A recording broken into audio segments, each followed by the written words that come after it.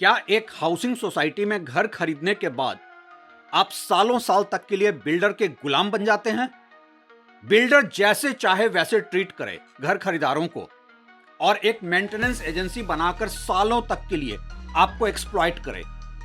कानूनन बनाए जा रहे अपार्टमेंट ओनर एसोसिएशन को भी मानने से ही इनकार करता रहे और खुद की मेंटेनेंस एजेंसी बनाकर घर खरीदारों से पैसा वसूलता रहे। इनकार करता रहे मेंटेनेंस का हैंडओवर भी एसोसिएशन को। और क्या क्या होता है बिल्डर के खुद के इन हाउस मेंटेनेंस एजेंसी का स्कोप ऑफ वर्क? क्या ये बिल्डर के साथ आपके रिश्तों पर डिपेंड करता है कि बिल्डर आपको कौन सी सर्विस प्रोवाइड करेगा और कौन सी सर्विस को स्कोप ऑफ वर्क के बाहर का बता देगा? आखिर क्यों नहीं हो स्कोप ऑफ सर्विस लिखित में हर घर खरीदार के पास? क्या सिर्फ इसलिए कि बिल्डर जानता है कि हर घर खरीदार लंबी और महंगी कानूनी लड़ाई अफोर्ड नहीं कर सकता है इस देश में? क्या ऊपर के फ्लोर में प्लम्बिंग डिफॉल्ट और छत से टपकता पानी आपके अपार्टमेंट में गिरे तो यह भी बिल्डर के स्कोप ऑफ वर्क से बाहर का हो सकता है? नहीं, यह सब कोई मेरा इमेजिनेशन नहीं है, बल्कि यह है कहानी ग्रेटर नोएडा वेस्ट में हवेलिया बिल्डर की और प्रोजेक्ट का नाम है हवेलिया वेलेनोवा पार्क। बिल्डर का यह मनमाना तरीका सिर्फ इसलिए है कि मैंने चैलेंज किया है कोर्ट में उसके प्रोजेक्ट के डिले और डिफॉल्ट को, उसके अनफेयर कॉन्ट्रैक्ट को और उसके गैर कानूनी हरकतों को और अपने खिलाफ मेंटल हरासमेंट को। और बिल्डर की मनमानियों का विरोध करने वाला न तो कोई मैं अकेला इंसान हूं और न ही ये उसका अकेला प्रोजेक्ट है जहां के घर खरीदार हवेलिया बिल्डर से कानूनी लड़ाई लड़ रहे हैं।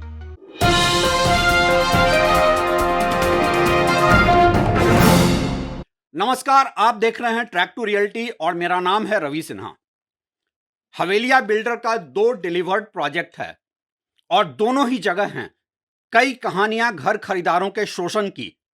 पहले प्रोजेक्ट हवेलिया वेलेंशिया होम्स में तो बिल्डर ने ग्रीन एरिया तक को बेच दिया पार्किंग बनाकर, और अब वहां के घर खरीदार भी लड़ रहे हैं बिल्डर के खिलाफ कोर्ट में।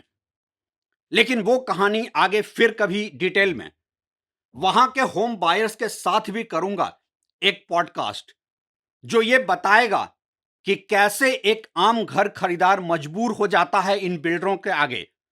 लेकिन आज की हवेलिया वेलेनोवा पार्क की यह कहानी अलग है और इस कहानी में मैं खुद भी एक किरदार हूं, और इसलिए यह जरूरी हो जाता है कि मैं शुरू में ही यह डिस्क्लेमर भी दे दूं कि बिल्डर के खिलाफ सच्चाई को पब्लिक डोमेन में लाने के एवज में बिल्डर पहले ही मेरे खिलाफ डिफेमेशन का केस कर चुका है, जो कि आधारहीन मुद्दों पर है और कुछ चार्जेस तो आधारहीन ही नहीं, हास्यास्पद भी हैं। मसलन कि मैं एक पत्रकार के तौर पर अगर प्रधानमंत्री को क्रिटिसाइज करता हूं, सरकार की पॉलिसीज के खिलाफ लिखता हूं, तो वो है बिल्डर की मानहानि। अगर है यह मानहानि तो फिर यह मेरे खिलाफ केस तो प्रधानमंत्री को ही करना चाहिए, ना कि किसी बिल्डर को। ऐसी हास्यास्पद बातों की एक लंबी फहरिस्त है और केस का फैसला आने के बाद होगी उस पर एक लंबी चर्चा अलग से। वैसे मानहानि को लेकर अलग अलग कोर्ट्स के जजमेंट में एक बात तो साफ है कि कानूनन बिल्डर के खिलाफ कोई सोशल मीडिया पोस्ट, कोई धरना प्रदर्शन, कोई बैनर पोस्टर मानहानि नहीं ही होता है। जितनी मेरी कानून की जानकारी है, जितने ऐसे धमकियों को मैंने झेला है एक पत्रकार के तौर पर पिछले कुछ सालों में, उसके आधार पर मैं इतना कह सकता हूं, truth is biggest defence against defamation.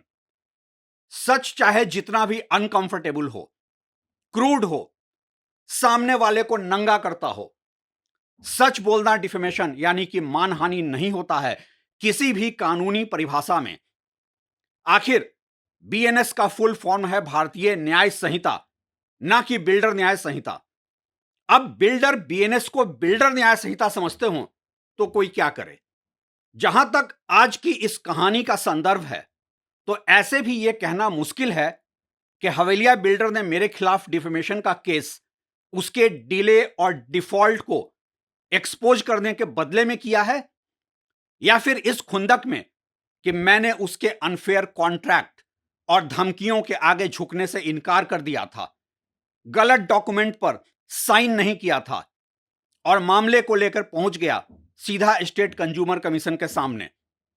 और इसलिए बिल्डर के प्रतिरोध के बाद भी वो केस एडमिट हो गया और अब अपने आखिरी फैसले के करीब है। खैर, मेरे पास तो हवेलिया बिल्डर के खिलाफ एविडेंसेज और ऑडियो रिकॉर्डिंग की एक लंबी लिस्ट है जो आगे वक्त आने पर दूसरे कोर्ट के सामने भी लाई जाएगी। आज ये कहानी मैं आम लोगों से इसलिए शेयर कर रहा हूं कि लोग समझ सकें कि इस तरह के बिल्डर से एक बार घर खरीदने के बाद आपको कितने चैलेंजेस से गुजरना पड़ता है, कितनी दुश्वारियों को झेलकर अपनी लड़ाई लड़नी पड़ती है। और जब एक पत्रकार के साथ ऐसा हो सकता है तो फिर आम घर खरीदार तो कितना ही बेबस हो जाता है इन बिल्डर्स के सामने। जब बिल्डर ने यह प्रोजेक्ट डिलीवर किया था, कोई 4 साल के कॉन्ट्रैक्चुअल कमिटमेंट से ज्यादा डिले करके, तो उस समय तो सारी ही सुविधाएं आधी अधूरी थी और ग्रेटर नोएडा अथॉरिटी की तरफ से उसे सिर्फ टेम्पररी ऑक्यूपेंसी सर्टिफिकेट ही मिला था। मतलब यह कि प्रोजेक्ट कंप्लीट नहीं है, बस रिहाइश के लायक हो गई है। लेकिन समस्या सिर्फ यही नहीं थी, बिल्डर ने प्रोजेक्ट का एफएआर लेआउट भी चेंज कर दिया था मनमाने तरीके से और घर खरीदारों से जबरन ही उस पर कंसेंट लिया था। यह और बात है कि मजबूरी में कंसेंट पर साइन करने के बाद बहुत से घर खरीदारों ने तो मेल पर इसके खिलाफ बिल्डर को लिखकर अपना कंसेंट विड्रॉ भी किया था। प्रोजेक्ट को जिन एमिनिटीज के वादों पर बेचा गया था, मसलन कि टेनिस कोर्ट और गार्बेज शूट, वो सब नदारद है। और बिल्डर की ऑडेसिटी ये कि इन सब पर सवाल उठाने पर उल्टा डिफेमेशन केस फाइल कर दे, दूसरे घर खरीदारों से मेरे खिलाफ बोले और मीडिया में ओपनली फोन पर बात करे कि अगर यह पत्रकार मेरे खिलाफ बोलेगा तो मुझे भी बदले में कुछ करना पड़ेगा ही। यह सब रिकॉर्डिंग मेरे पास है। मेरे पास बिल्डर के रिप्रेजेंटेटिव का वो ऑडियो रिकॉर्डिंग भी है कि कैसे मुझे मजबूर किया जा रहा था कि मैं सेटिस्फैक्शन रिपोर्ट पर साइन कर दूं, नहीं तो मेरे अपार्टमेंट की रजिस्ट्री ही नहीं होगी। कैसे मेरे से यह साइन लिया गया कि मैं बिल्डर से लेट पेमेंट के पेनाल्टी की माफी चाहता हूं, जबकि बिल्डर इस खेल में खुद एक्सपोज हो गया कोर्ट के सामने कि उस अनडेटेड डॉक्यूमेंट पर उसने जो डेट डाला था, उस डेट से काफी पहले ही मेरे अकाउंट से बिल्डर के अकाउंट में सारा पैसा ट्रांसफर हो चुका था। शायद ऐसे बिल्डर्स भूल जाते हैं कि बदमाशी करने के लिए भी थोड़े अकल की जरूरत होती है। हां, तो जब प्रोजेक्ट डिलीवर हुआ तो इलेक्ट्रिसिटी कनेक्शन के लिए इंफ्रास्ट्रक्चर ही तैयार नहीं था और इसे अपनी कमी मानने की बजाय बिल्डर ने उल्टा घर खरीदारों को एक अंडरटेकिंग साइन करने का फरमान जारी किया, जो बेसिकली बिल्डर से एक रिक्वेस्ट था कि आप हमें प्लीज बिजली दो अपने प्रोजेक्ट के इलेक्ट्रिकल कनेक्शन से, और हर रिस्क घर खरीदार का महंगे रेट पर देने के बाद भी। हालांकि electricity service provider NPCL, Noida power company limited ने मेल पर साफ तौर पर कह दिया था कि वो इस प्रोजेक्ट के घरों को इलेक्ट्रिसिटी प्रोवाइड नहीं कर सकते अभी, क्योंकि बिल्डर ने इसके लिए इंफ्रास्ट्रक्चर प्रोवाइड नहीं किया है। लेकिन नहीं, बिल्डर क्यों माने अपनी गलती? आप झुको उसके सामने। मना करने पर मेरे ऊपर full time DG power backup का 24 रुपए प्रति यूनिट का रेट पेनाल्टी के तौर पर लगाया गया था और यहीं पर मैंने इसको लीगली चैलेंज करने का डिसीजन ले लिया था, क्योंकि तब तक मैं प्रोजेक्ट के पुअर क्वालिटी पर भी कई सवाल उठा चुका था, जिसमें दीवारों में क्रैक्स और टूटी टाइल शामिल थी। हालांकि एज पर रेरा यह सब बिल्डर को ठीक करना होता है डिफेक्ट लायबिलिटी क्लॉज के तहत, लेकिन जब बिल्डर हो अपने हाई हैंडेडनेस में और कर दे इनकार इस ग्राउंड पर कि तुमने मेरे खिलाफ बोला कैसे, अब ठीक नहीं होगा तुम्हारे अपार्टमेंट की कमी, तो कोई करे तो क्या करे। केस फाइल करने के बाद से ही बिल्डर की धमकी और हरासमेंट हर लेवल पर शुरू हो गई। बिल्डर के खुद के इन हाउस मेंटेनेंस एजेंसी ने सर्विस प्रोवाइड करने से मना कर दिया।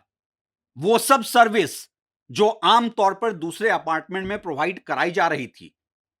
इस बीच मनमाने तरीके से बिल्डर ने मेंटेनेंस एजेंसी भी बदल डाली, बिना किसी अपार्टमेंट ओनर्स के कंसेंट के। और उसका जस्टिफिकेशन है वो ट्राई पार्टी डॉक्यूमेंट जो घर हैंडओवर से पहले जबरदस्ती साइन कराई गई थी, under duress and under coercion. So maintenance agency Valencia facilities services की जगह अब एक नई मेंटेनेंस एजेंसी वार्डन कंपनी काम कर रही है। यह नई मेंटेनेंस एजेंसी के पास घर खरीदारों का कोई मैंडेट नहीं है, जबरदस्ती थोपी गई है। और इसकी मनमानी का यह आलम है कि अगर आप बिल्डर के फेवर में नहीं हैं तो कोई भी बेसिक सर्विस आपको नहीं मिलेगी। स्कोप ऑफ वर्क से बाहर बता दिया जाएगा। क्या ऊपर के अपार्टमेंट के लीकेज की वजह से छत से टपकता पानी भी मेंटेनेंस एजेंसी के स्कोप ऑफ वर्क से बाहर हो सकता है, और वो भी बिना प्रॉपर इंस्पेक्शन के? और 15 दिन लगे इस जवाब को देने में? क्या बिल्डर और उसकी मेंटेनेंस एजेंसी ये चाहती थी कि पूरा अपार्टमेंट तब तक बर्बाद हो जाए, डूब जाए पानी में? क्या इससे नीचे के और अपार्टमेंट्स प्रभावित नहीं होते? इतने घोर बदले की भावना से कोई बिजनेस कैसे कर सकता है? कौन घर खरीदार इतना इंतजार करेगा? कोई भी अपना रिपेयर बाहर से कराएगा ही। यह वीडियो मैं किसी सहानुभूति पाने के लिए नहीं बना रहा हूं, बल्कि इसलिए बना रहा हूं कि आम लोग समझें कि कैसे बिल्डर्स ट्रीट करते हैं आम घर खरीदारों को अगर आपने उनकी गलतियों पर सवाल उठा दिया तो। कैसे आपको सावधान रहने की जरूरत है ऐसे बिल्डर्स से। हवेलिया वेलेनोवा पार्क में हवेलिया बिल्डर का यह एक्सप्लॉयटेशन एक यूनिक केस स्टडी है। इंडिया के इतने बदनाम रियल एस्टेट बिजनेस के लिहाज से भी देखें तो एक बदनुमा दाग है, और उस पर यह रियलिटी कि ऐसे ही बिल्डर्स रियल एस्टेट की इंडस्ट्री बॉडी क्रेडाई के ऑफिस बियरर भी हैं। कौन एतवार करेगा ऐसे क्रेडाई के किसी भी दावों और इरादों पर? मुझसे क्रेडाई के कई ऑफिस बियरर पूछते हैं कि रियल एस्टेट बिजनेस की इमेज मेकओवर के लिए उन्हें क्या करना चाहिए। यह वीडियो शायद उन्हें मेरा जवाब है, एक आईना दिखाने की कोशिश है कि क्यों आपका रियल एस्टेट बिजनेस इतना बदनाम है, क्यों आम लोगों में बिल्डर्स को लेकर इतनी निगेटिविटी है। और हां, ये सारे सवाल आज मेरा क्रेडाई से है, उन बिल्डर्स से है जो पूछते हैं कि हमें दूसरे इंडस्ट्री की तरह रेपुटेशन क्यों नहीं मिलता है। ये सवाल देश के हर उस बिल्डर से है जिसे परवाह है कि रियल एस्टेट बिजनेस को सम्मान मिले। और हवेलिया जैसे बिल्डर से सवाल पूछने का कोई फायदा ही नहीं है। उससे तो हर पूछा गया सवाल एक डिफेमेशन ही है, और यह वीडियो भी उसके नजरिए से मानहानि है। खैर, कोर्ट में इस वीडियो को लेकर जाने के लिए बिल्डर भी स्वतंत्र है, और इस बिल्डर को पब्लिक इंटरेस्ट में साबित करने के लिए मैं भी स्वतंत्र हूं। सत्यमेव जयते।